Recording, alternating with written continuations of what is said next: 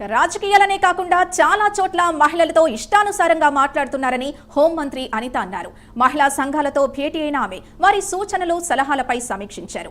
రాష్ట్రంలో విమెన్ అట్రాసిటీస్కి వ్యతిరేకంగా పోరాడుతున్న వాసవ్య మహిళా మండలి మహిళా సంఘాలు ఇచ్చిన సూచనలు ఎంతగానో ఉపయోగపడతాయని హోంమంత్రి అన్నారు. ఐటీ యాక్టర్పై చర్చించి నిర్ణయం తీసుకుంటామన్నారు. మహిళా సంఘాలు ఇచ్చిన నివేదికపై సీఎంతో మాట్లాడతామని అనిత స్పష్టం చేశారు. అవసరమైతే అసెంబ్లీలోనూ చర్చిస్తామన్నారు.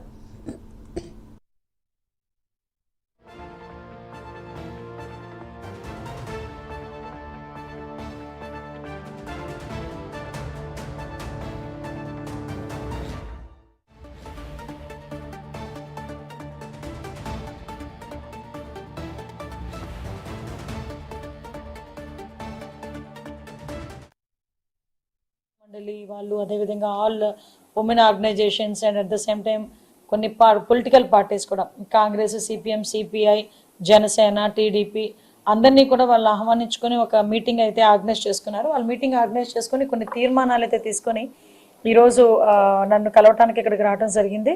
యాక్చువల్గా వాళ్ళు చెప్పిన ఇనిషియేషన్స్ కానీ వాళ్ళు ఇచ్చిన సూచనలు కూడా నిజంగా చాలా ఉపయోగపడే సూచనలు.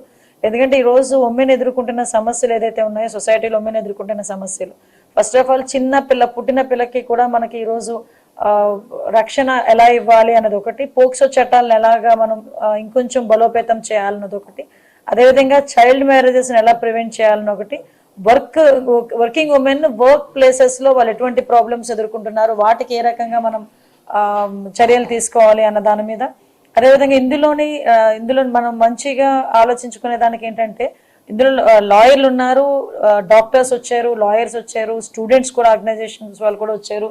కాబట్టి చట్టాలని బలోపేతం చేసుకోవాలి. At the same time IT act ఏదైతే ఉందో అది కూడా ఒకసారి మనం బలోపేతం చేసుకోవాల్సిన అవసరం ఉన్నాయి అని చెప్పి ఐటీ యాక్ట్ 66/A ఆ యాక్ట్ కూడా దాన్ని కూడా కొంచెం అమెండ్మెంట్ చేయాలి.